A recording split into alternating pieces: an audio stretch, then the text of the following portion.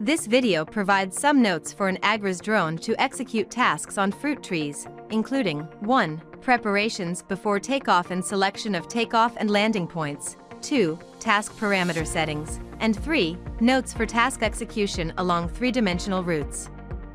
1. Preparations before takeoff and selection of takeoff and landing points.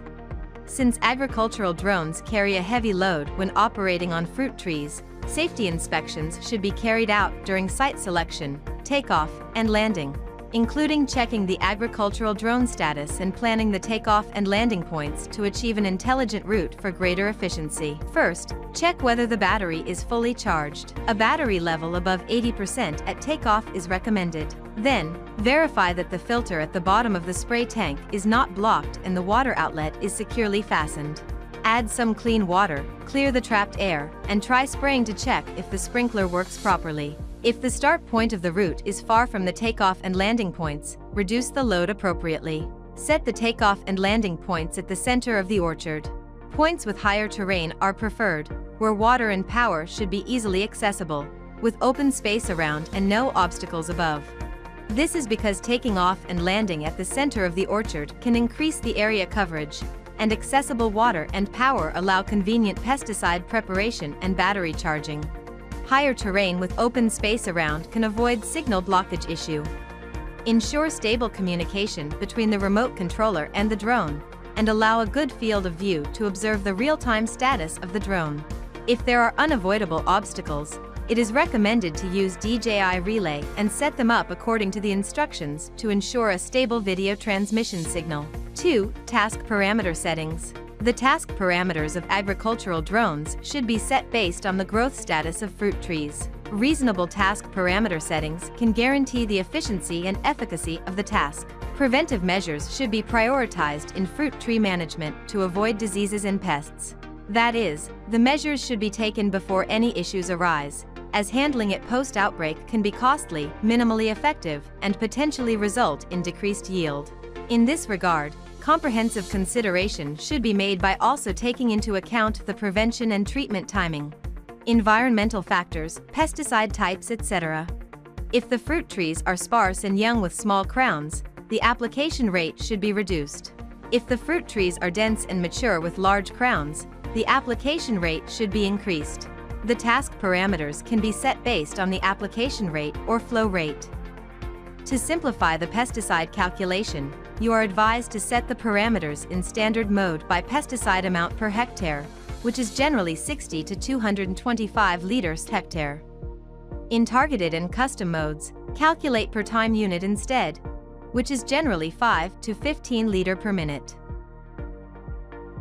Flying the agricultural drone at a slower speed can effectively bring the pesticides into the tall and dense crops due to the wind field generated. However, for short and sparse crops, the flight speed can be appropriately increased to improve application efficiency.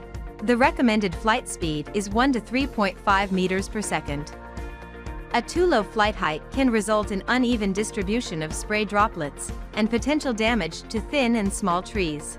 An excessive flight height, however, can reduce the amount of droplets reaching the trees and increase the droplet drift. This can result in reduced droplets deposition in the middle and lower parts of the trees.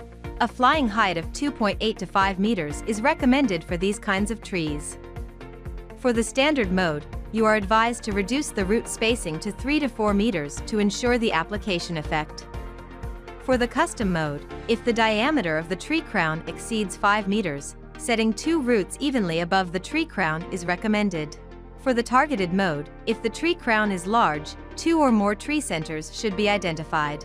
Considering that fruit trees are generally large in size, fine spray droplets allow more even distribution throughout the entire fruit tree, thus improving application effectiveness. Therefore, it is recommended to use droplets smaller than 100 microns when the wind speed is low and increase the droplet size accordingly when there is a breeze. Task execution along three-dimensional routes. For task execution in mountainous orchards with complex terrain, the remote controller may be disconnected from the drone. When flying a three-dimensional route for the first time, you are advised to select hover upon a signal lost.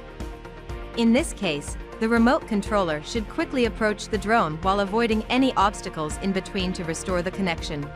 If the route has been proven to be safe in earlier flights, you can enable Continue Task on signal loss to allow the drone to continue the task when it is disconnected from the remote controller, improving task execution efficiency.